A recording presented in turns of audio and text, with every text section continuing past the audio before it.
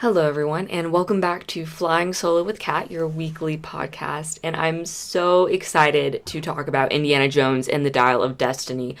I just got back from the theaters, and I had the privilege and the opportunity to go see it for free, which is very nice.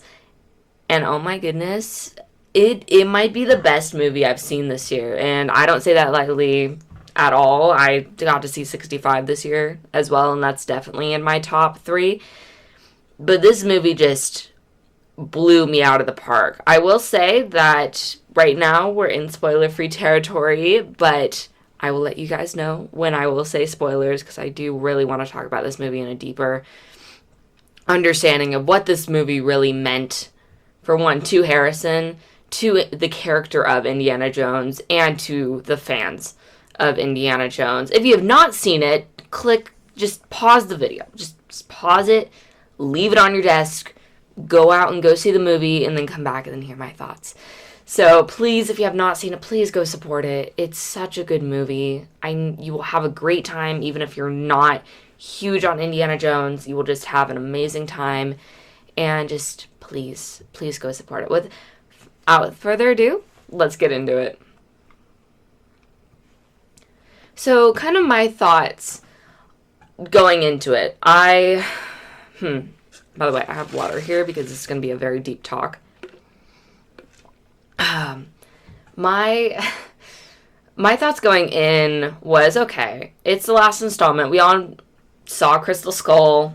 We're all kind of like just seeing, okay, is this another cash grab? What's really going on here? I still wanted to see it no matter what. I didn't care about the reviews. I didn't care about all of that. I still was going to go see it. So when it was announced that it was going to be like older Indy with, a new character that was female and, all of this, on paper it sounded like, okay, it's another one of these types of movies. And of course I didn't think that going in. I just thought, okay, I'm wondering where they're going to go with this. And then my mind was blown with how personal it felt. Just watching the movie, you could feel the love and care that everyone put in. Harrison, I'm going to pull up the cast list so I say these people's names right. Phoebe Waller-Bridge, Mads Mikkelsen, they just all had, went through it with such love and such care that they have to the series. And the casting was perfect on all sides. I love Phoebe Waller-Bridge. I love her character. I love what they did with her. If you are worried that she has this type of feminist, 1950s type feel, she does not have that at all. The directors did not do what they usually do with females around that time. She is completely her own character, but also she's very much like a young Indiana Jones, but she's her own character and has her own pizzazz. I love her. She's amazing. Harrison Ford, this might be one of his best movies that he's ever done, and I don't say that lightly. He looks like he's having fun on set. He looks like he's having fun even being in the movie, right? And I think that's so integral to the role of Indiana Jones. It just seems like such a fun time, right? Karen Allen, of course, made an appearance, which is not shocker. She was on the red carpet, so before you flame me in the comments. John Rhys Davis as Salah coming back. It was just such a joy to see him. And a couple of new characters, which was really, really refreshing, but it still felt like Indiana Jones. The entire feel of the movie was such Indiana Jones. It took stuff from Raiders of the Lost Ark. It took stuff from Kingdom of the Crystal Skull. It took stuff from The Last Crusade, stuff from Temple of Doom. But it didn't feel like a copy and paste of those movies. It almost felt like it was doing its own thing, but it respected those other installments. Even Crystal Skull, it respected that installment and knew that's part of Indy's story. We need to develop on that. And that's kind of where the story leaves us and everything with older Indiana Jones. The music, let me just talk about the music before I get into full-on spoilers. By John Williams. Oh, man. I got to listen to Helena's theme, the violin orchestra version, and I would deeply suggest it because I will legitimately say it changed my life. And I don't say that lightly. It really just pushed the boundaries of music and what music could be. It is one of the most, it's probably one of my favorite scores that John Williams has done, which is saying a lot. And it was just really well done. The entire score was really, really well done, and I was really surprised because my favorite score is Last Crusade. It has stuff from Raiders, it has stuff from Temple of Doom, and also like the new thing. I do love his Nazi theme. I know that sounds very weird, but I really liked how he kind of had like an imposing figure, and it just felt like that 1943, 1942 type music. And it was just really, really great. So I was wondering if they were going to reuse that for the Nazi theme for this, installment.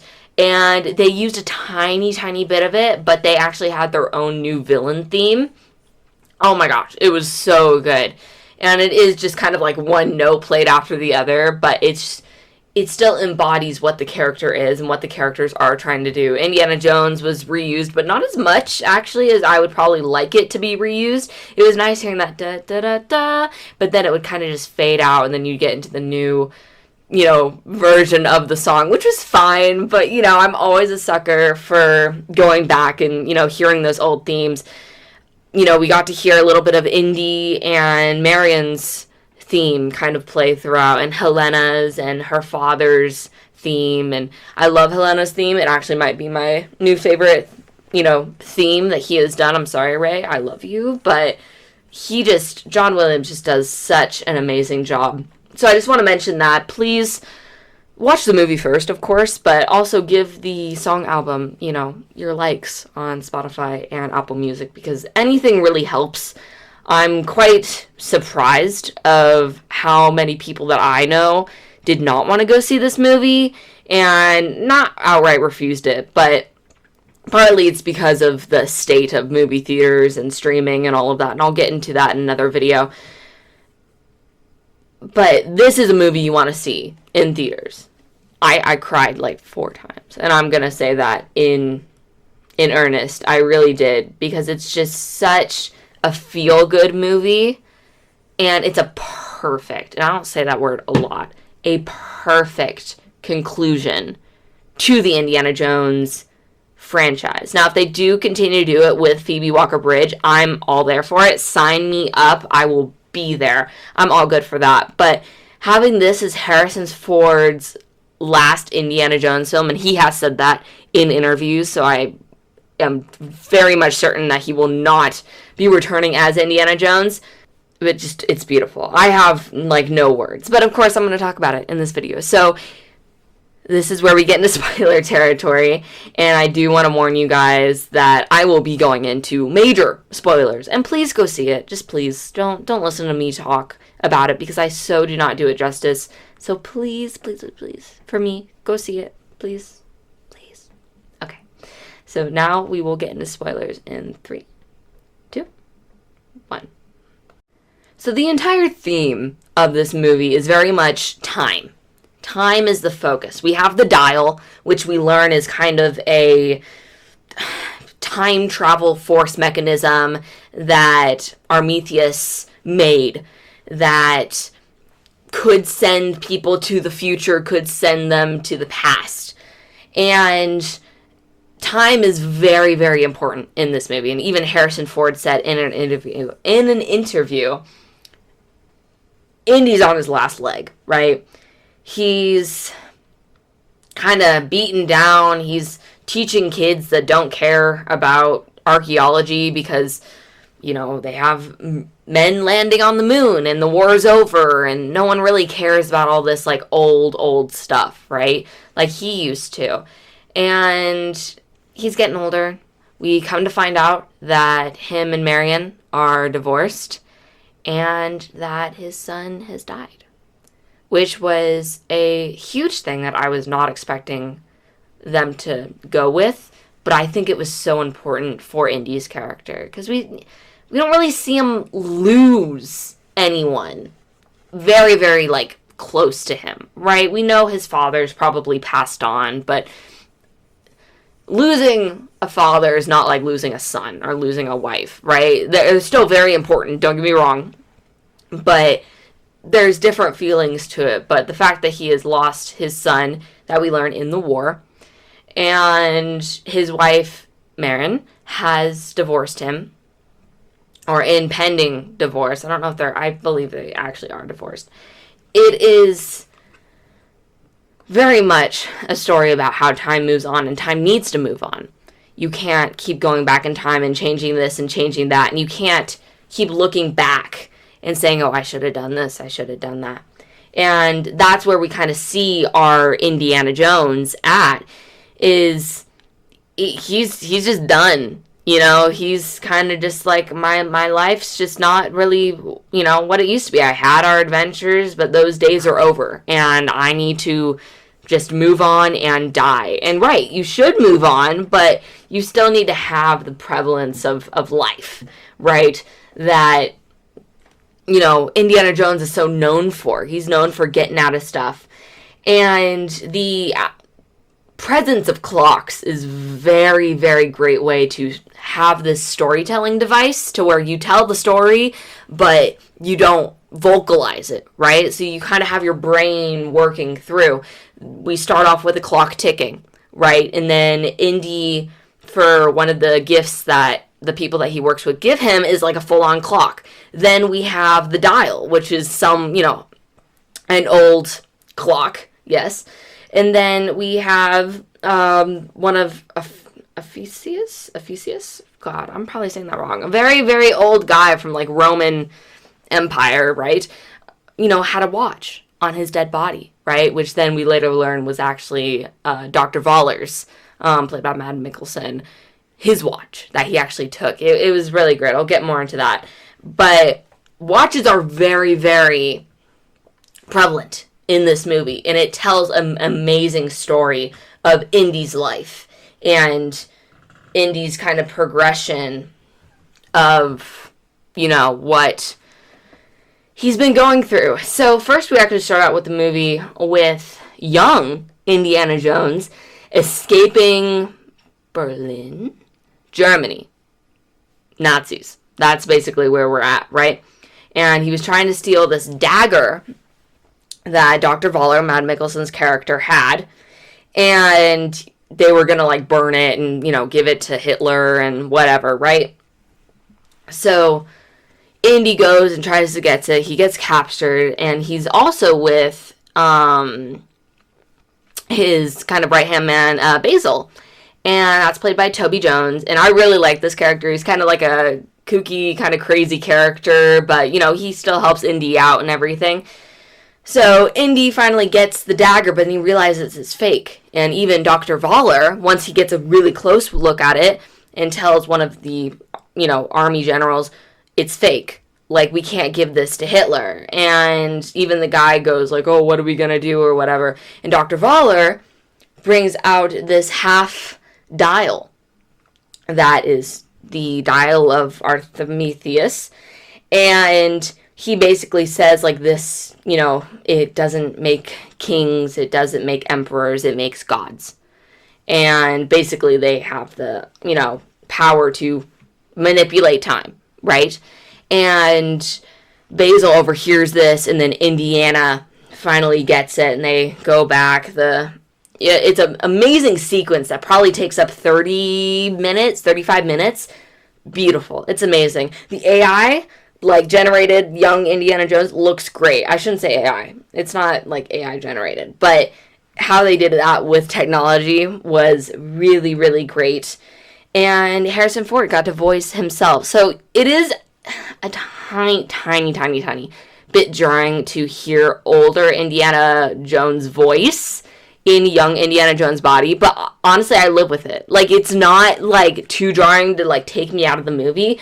I thought that was so cool, though. Like, I think Harrison was probably like, no, I still want to, you know, do my own voicing for that, and that's how you do it, right?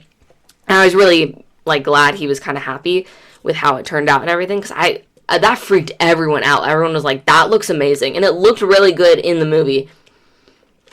I will say the only scene I was taken out of was when Indy was running on the train. It did kind of look a little sticky, and I think the animators tried their best. It's a very hard scene to animate, so I think they did all that they could, and I really don't blame them for that.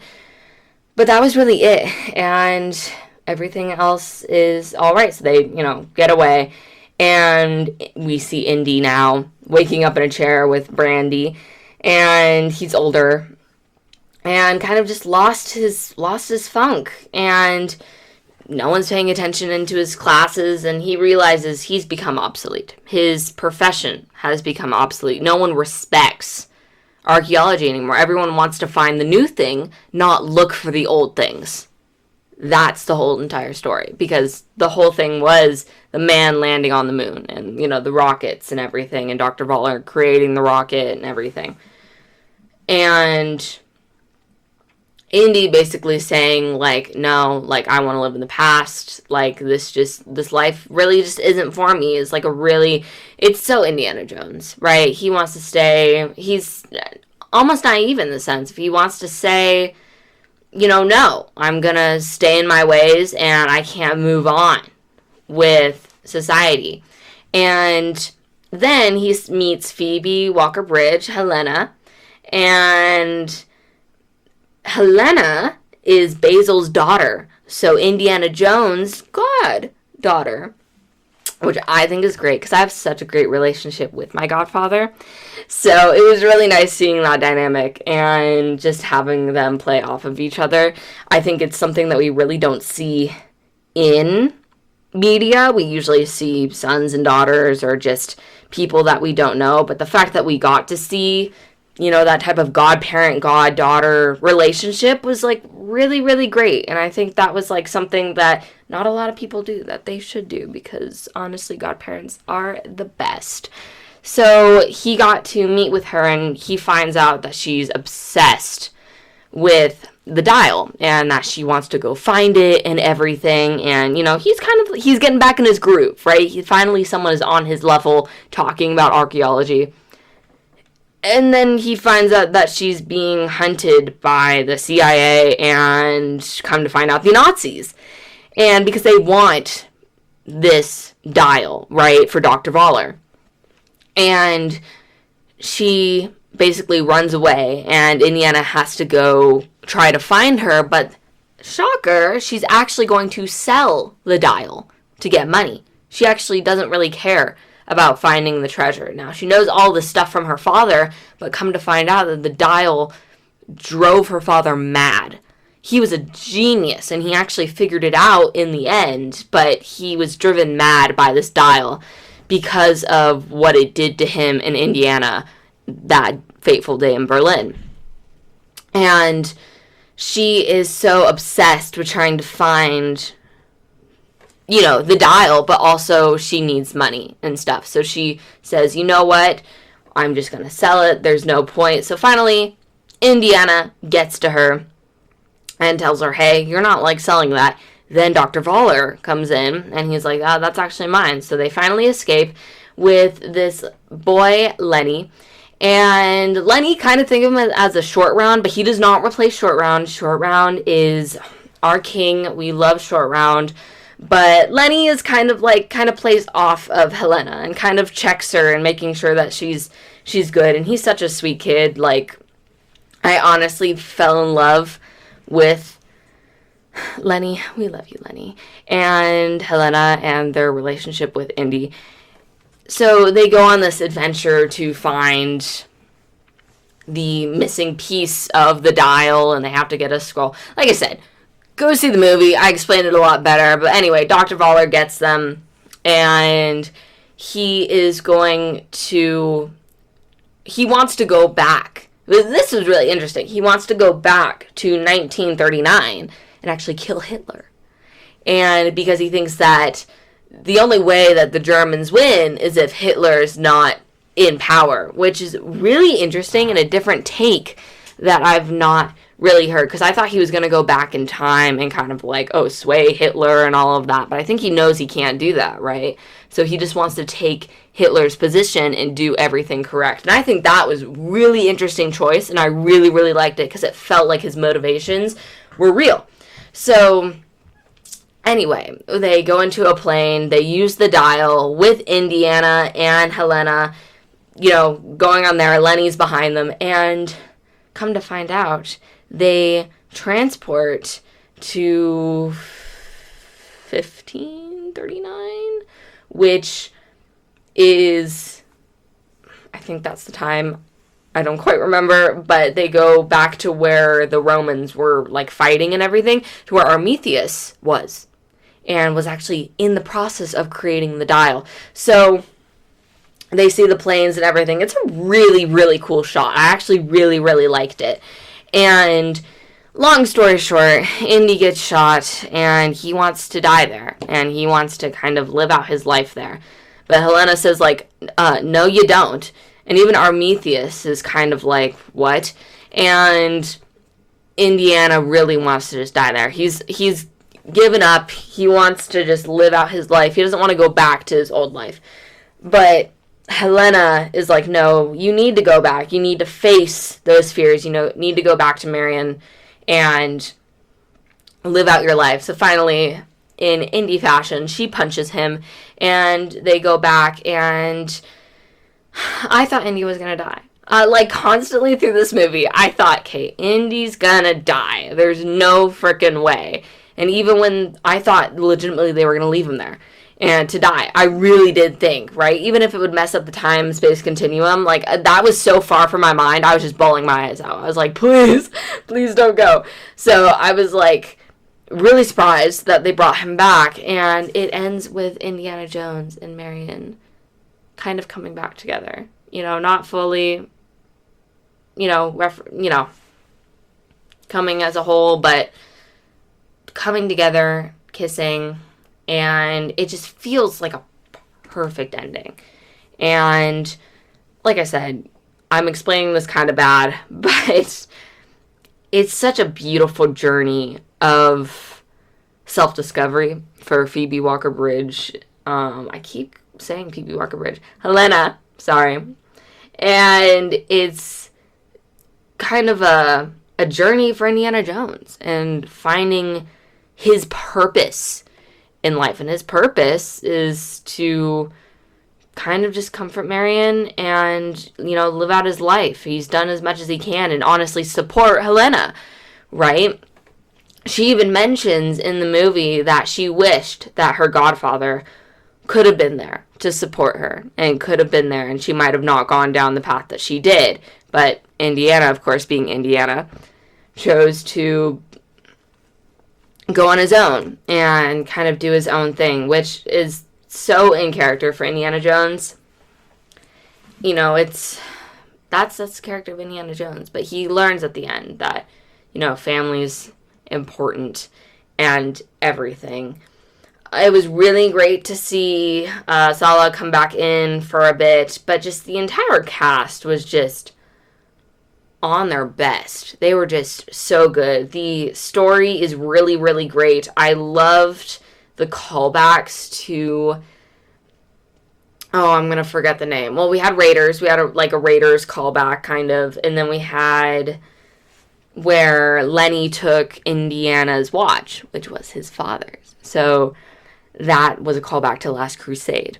And kind of this movie was a callback. Like, the entirety of the movie was a callback to Last Crusade, because Helena is searching after her father's, what he was obsessed over, right? And if we remember in Last Crusade, Indy, of course, was trying to find his father, but also he was now obsessed with finding the Grail. Even at the end, he almost kills himself, right? For trying to grab the Grail, and finally his father says, let it go. It's not worth it. I know I've lived my life trying to find this, but I found it. And on the way, I found you, and we found our relationship. So this movie felt almost like not a complete opposite, that's not the right word, but it felt like a love letter to The Last Crusade. And Last Crusade is my favorite Indiana Jones movie, if any of you were wondering. So that was really special to me to see that and to see it kind of come full circle to where Indiana kind of understands where Helena is coming from. And Helena, let me just talk about her for a bit because she is just such a good character. She's such an Indiana Jones type. Her motivations are very real. She wants to at first sell the object, right? But even then she's smart enough to know, right, that if they find this thing, it could change the, forces of destiny, right? And she wants to stop Dr. Voller. And Indy's like, are we doing this again?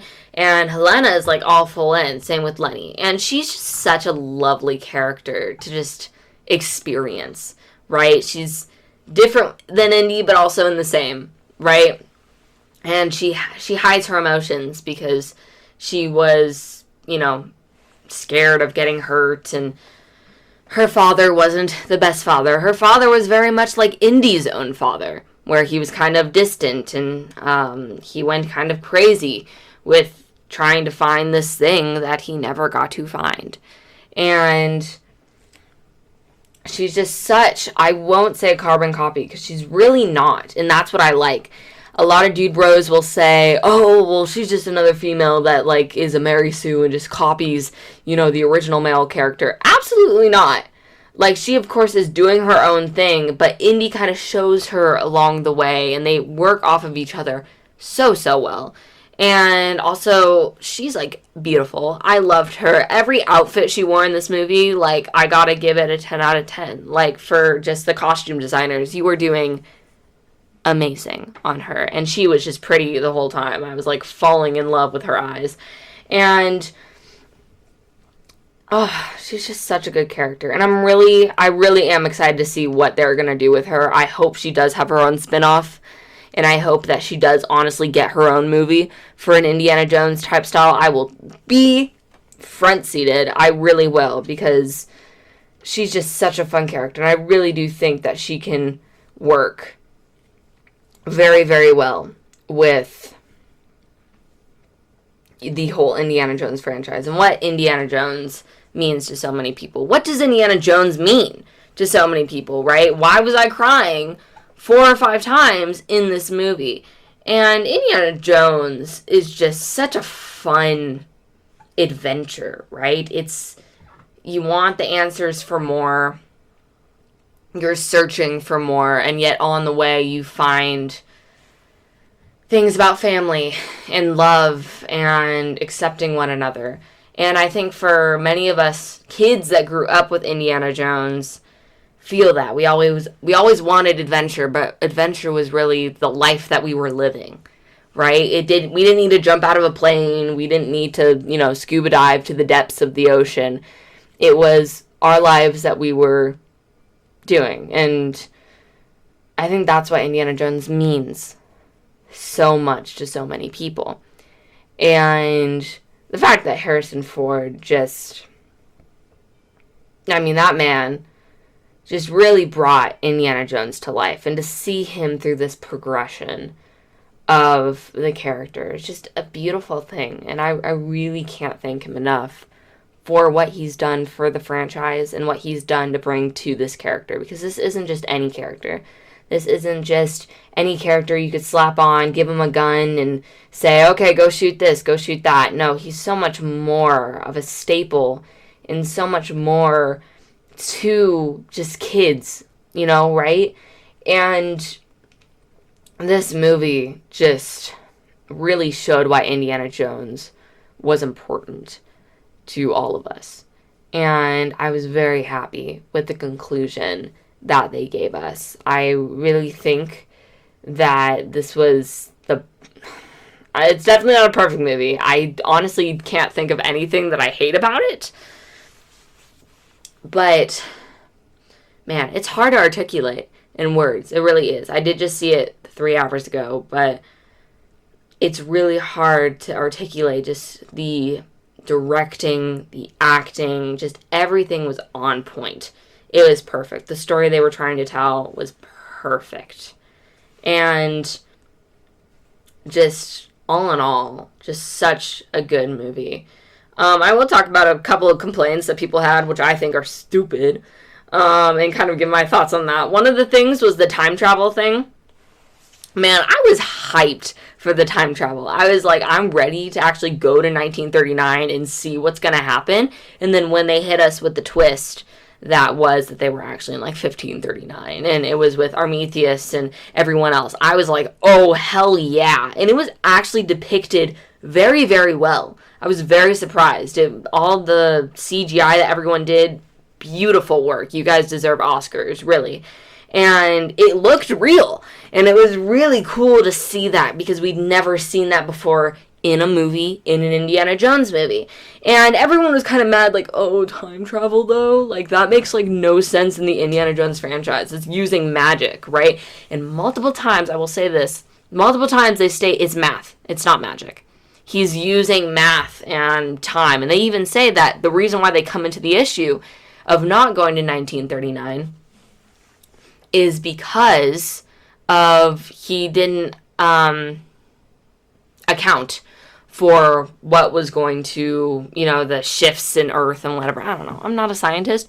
But I thought that was like a very legitimate reason of why they would kind of set back and everything. And Armithius kind of being there and realizing, like, oh my gosh, this was supposed to happen, right? And he even asked Indy and Helena, how many years are you from? He already knows they've traveled from the future, right? But he doesn't know how many years, and Indy says 2,000 years. And he goes on, and he's just shocked, right? He's like, how could this even be happening? And Armithius was always destined to meet Indy and Helena and Dr. Voller and all of that, because the watch that I mentioned that was on Armithius' body is Dr. Voller's watch. It's a time loop. It fits in so perfectly. It's amazing. And people saying, like, well, that's not Indiana Jones. Like, okay, for one, can we just talk about Crystal Skull? Like, bro, there were freaking aliens. Like, come on. But also Last Crusade. Like, are you going to tell me that the knight, like, being alive for, 300, 400 years? Oh, yeah, no, that's realistic. Like, what? No. It was not too much. It was the perfect amount.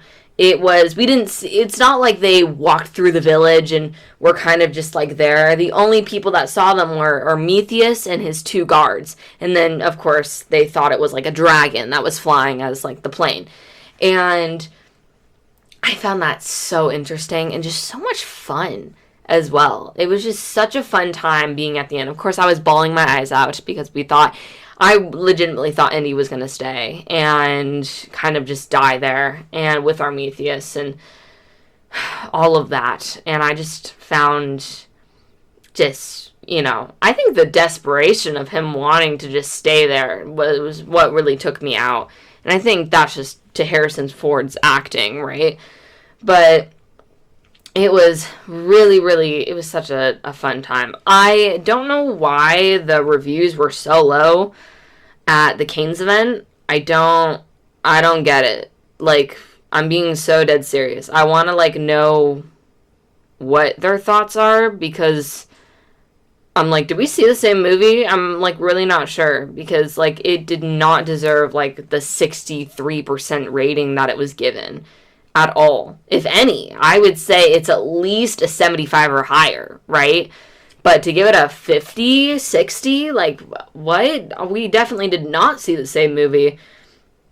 I think it means more to people who have been a part of the franchise for,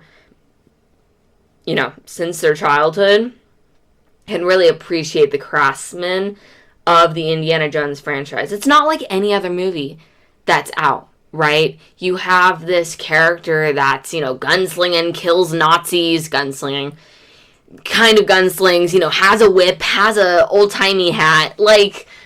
He's so different than some of the characters we're seeing now. He's not the Avengers, right? And he's not just any superhero type character. He doesn't like shooting people. He doesn't like seeing people that he knows die. He doesn't like fighting. He likes killing Nazis, which, I'm with him. But it's just so much more of a movie than just like, oh, old man in hat just goes to find a weird artifact with his goddaughter. It's so much more than that, and I think that's what a lot of people are missing. And like, I just don't get it. I'm really sad that this movie probably, I don't want to say fail, but it's very much projected to make under what it even needs to make any money, which is just terrible. But that really is the fact of streaming and just overall how expensive it is to go to the movies. Like I said, I was lucky enough to see it for free, but it's close to like $20-$30 if you want like snacks and stuff to get into a theater to see a movie. And that really stops almost like half the world from seeing movies and stuff, right? So, and that's always been really sad for me because movies has always been a huge part of my life, and this movie just definitely changed the trajectory of, I think, how Indiana Jones movies are made, and I do hope that they continue the story with Helena. And this movie blew me away. I'm being so serious about that. I really did not think I was going to like it. I thought, okay, maybe I'll like it better than Crystal Skull, but I don't know if I'll like it, to the extent of Last Crusade. It's like right behind Last Crusade. It is touching Last Crusade in just how good it is. It is really, really freaking good. And like, I'm even almost getting emotional thinking about it and just the emotions that I felt in the movie theater and watching it and experiencing this last ride with Harrison Ford, with Indiana Jones. And I mean, really, from the bottom of my heart, I just want to, thank everyone who made this movie possible. Not that you're listening, but just it had so much love and so much heart. And you really felt that everyone was, they just love it. We love Indiana Jones. That's why we go to see it. We go to support it. So we love Indiana Jones. It is just a fun movie of, a guy, trying to find the fun in archaeology and, trying to stop evil Nazis from getting the artifacts and putting them back in a museum. And like that's the epitome of Indiana Jones. And that's what's special about Indiana Jones. So I really am shocked with how much I liked it. I am hoping to go see it a second time this coming week. Please, like, this is the only thing I will ask of you guys. Just go see it. Please go support it.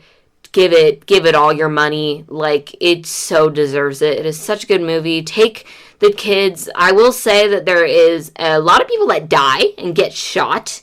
So I will say that if they have not been kind of, shown other Indiana Jones movies, I think maybe start them small and then kind of go see it. Make it a whole weekend of fun of Indiana Jones. It sounds great.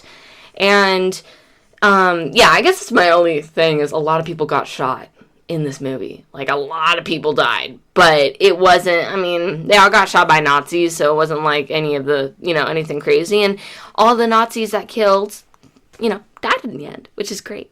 So that's always good to, show your kids. But it is really so much fun for the whole family. And, take your friends, take your dog. I'm kidding. My dog would probably love it, though. I'm just saying. I'm going to try it. But please go support it. Anyway, I will shut up now. But yeah, I just love this movie. Just everything that it stands for, everything that it did was just so good. It was so good. So anyway, I will shut up now. I know I'm saying the same things over and over again. But yeah, so that's going to be it for this review. It wasn't much of a review. It was kind of just me explaining the movie and then kind of just my thoughts. But I don't know. It's just so hard to articulate the feeling of the movie and the feeling of just the emotions that I felt. Because I'm being so serious that I really did cry 4 times. And kind of the stupidest parts. But I feel so much for this character. And this character has done a lot in my life that I have to be thankful for. So really, just from the bottom of my heart, love you, Indiana Jones. Love you, Harrison Ford. And just thank you to everyone who worked on it and made this movie possible. So yeah, anyway, guys, that's going to end the review. I am going to talk about some things going on with social media, but this will be it for the Indiana Jones review. So please go see it. And yeah. So just before we head out, I do want to talk a tiny bit about the state of social media. I don't know if many of you probably know, if you are even able to find this video and watching me now, that Twitter is limiting their daily tweets that you can read for under unverified people, 300 tweets, which sounds like a lot to non-Twitter users, but when people scroll their feed, that counts as like 50. So my account has been temporarily closed, and I really can't do much. I tried to tweet as much as I could today on Indiana Jones, but it probably got lost in the mess. So I quite honestly don't know what to do. I really don't.